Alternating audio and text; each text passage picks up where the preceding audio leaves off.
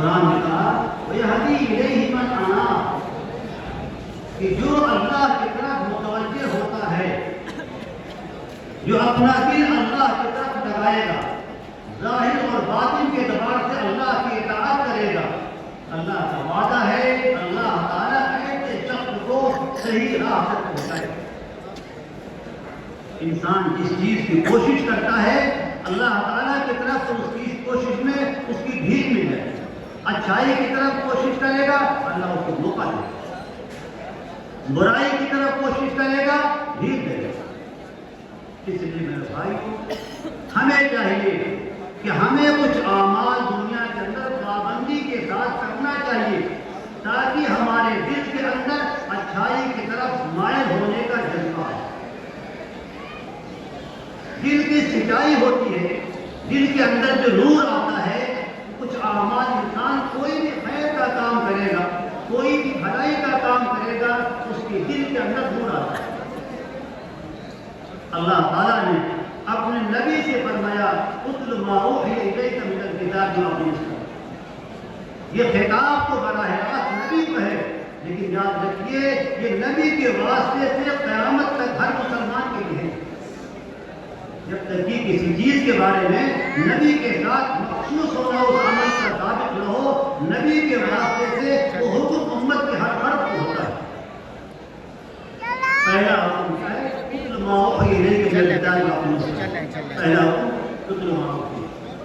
یاد رکھنا علماء کو چاہیے، حافظ قاری کو چاہیے، کتنا ہی اچھا حافظ کیوں نہ ہو، کتنا ہی پکا حافظ کیوں نہ ہو، لیکن عبادت سمجھ کر کے روزانہ کچھ نہ کچھ قرآن پاک کی تلاوت کرے۔ علماء کو چاہیے چاہے حافظ نہ ہو، علماء کو چاہیے کہ چاہے حافظ نہ ہو پھر بھی روزانہ کچھ نہ کچھ اللہ کے کلام کو پڑھیں، ایک مقدار متعین کر لیں، عبادت کے طور پر ہمیں اتنے قرآن پڑھنا ہے۔ جب انسان قرآن کی تلاوت کرے گا، قرآن کی تلاوت کرے گا، اللہ کی محبت آئے گی، اللہ کی محبت آئے گی، انسان کے لیے اللہ کی اطاعت کرنا آسان ہے۔ سارا مسئلہ ہے محبت کا، دل میں جس کی محبت آتی ہے اس کی اطاعت کرنا آسان ہے۔ جب انسان اللہ کی کتاب کو پڑھے گا، تلاوت کرے گا، تلاوت کی برکت سے اس کے دل میں نور آئے گا، اس نور کی برکت سے جذبہ پیدا ہوگا اللہ کے احکامات کو کرنے کا۔ پہلا حکم اور آگے فرمایا دوسرا حکم، اس کی بڑی تفصیل ہے کہ 10 منٹ میں کہنا۔ دوسرا حکم فرمایا آپ نماز کو قائم کیجیے۔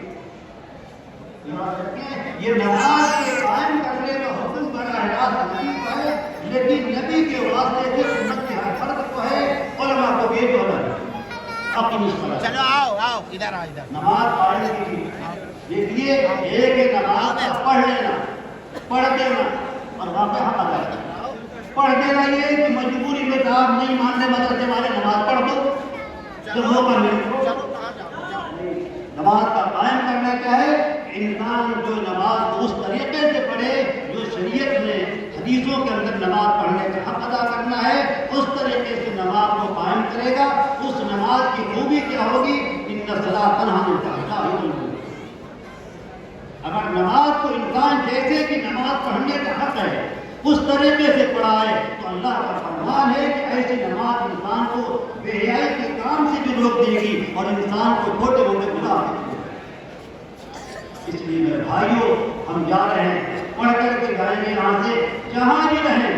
یاد رکھیں اگر آپ نمازوں کی پابندی کریں گے تو آپ کی عملی دعوت بن جائے گی کہ دیکھو پڑھ کر آیا ہے، نماز پڑھتا ہے پابندی کے ساتھ میں، تم بھی اپنے بچے کو حافظ بناؤ، عالم بناؤ، مفتی بناؤ۔